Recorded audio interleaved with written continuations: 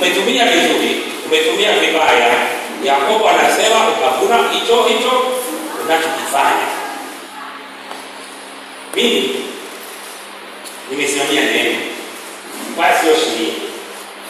Kwa neema ya Mungu anaweza kumwokoa mtu yeyote.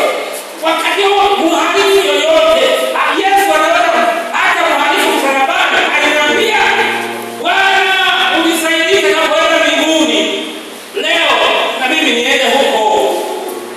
Mhalifu aliambiwa pale pale, usiku wa leo utakuwa ndani peponi. Usiku wa leo utakuwa ndani peponi. Karibu tuifikia mambo ya mbinguni, karibu hapo. Tutakuwa tunaomba. Hii haihitaji sana kupiga sauti kubwa. Nifunze inavyoeleweka. Macho, mapua, masikio, mdomo na mikono unavitumiaje katika maisha yako? Tumekuja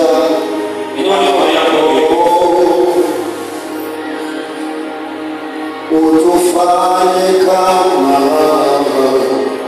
upendavyo.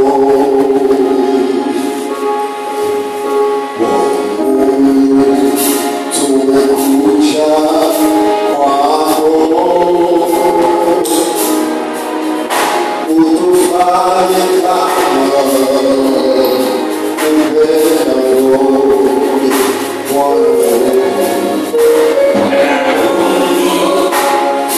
upendavyo.